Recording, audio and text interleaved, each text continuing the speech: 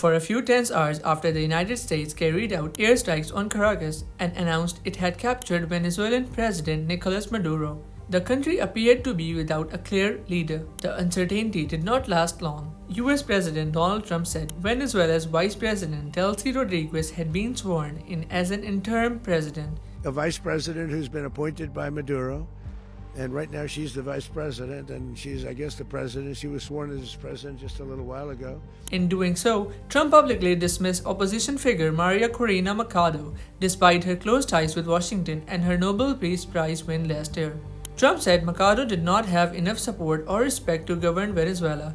Oh, I think it would be very tough for her to be the leader. She doesn't have the support within or the respect within the country. She's a very nice woman, but she doesn't have the respect. He claimed Rodríguez had spoken to U.S. Secretary of State Marco Rubio and was open to cooperating with Washington, saying she was willing to do what was necessary for the country.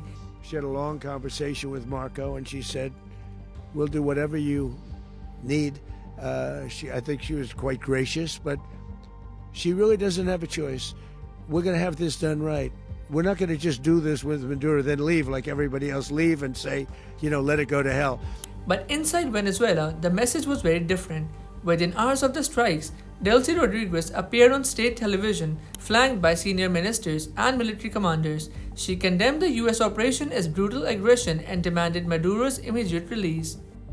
Exigimos la inmediata liberación del presidente Nicolás Maduro y de su esposa Cilia Flores. She made one thing clear. In her words, Venezuela still has only one president, and that is President Nicolás Maduro.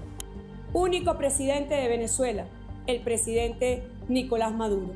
So, who is Delcy Rodríguez and why does she matter now? Rodríguez is not a newcomer to power. She was born in Caracas in 1969 into a deeply political family. Her father, George Rodríguez, was a left-wing revolutionary who died under torture while in police custody in the 1970s. His death shaped a generation of activists, including a young Maduro. Her brother, also named George Rodríguez, is today one of the most powerful figures in the country as head of the National Assembly. Trained as a lawyer, Rodríguez rose quickly through the ranks of Venezuela's socialist movement. Over the past decade, she has served as the Information Minister, Foreign Minister, and later as the head of pro-government Constituent Assembly that expanded Maduro's authority. In 2018, she became Vice President. What sets Rodríguez apart from many other senior figures in the government is her role in the economy. Alongside the Vice Presidency, she also served as the Finance Minister and Oil Minister. That has made her central to managing Venezuela's response to sanctions and economic collapse. She has overseen more pragmatic, sometimes orthodox, economic measures to stabilize inflation and keep parts of the private sector functioning. Because of this, she has quietly built working relationships with figures in the US oil industry and financial world who opposed a full-scale regime change in Caracas.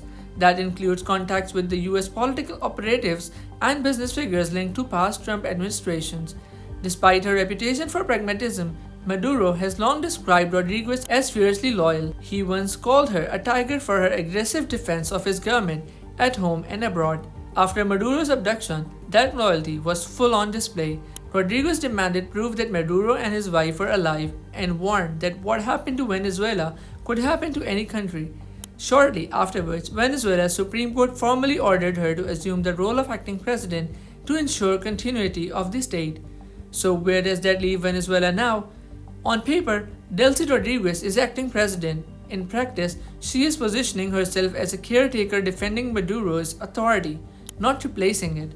And internationally, her legitimacy is already contested, caught between US declarations and Venezuela's own institutions. For now, Venezuela remains in a political limbo, with power claimed in Washington, asserted in Caracas, and watched closely across the region. For more such explainers, subscribe to DawnNews English.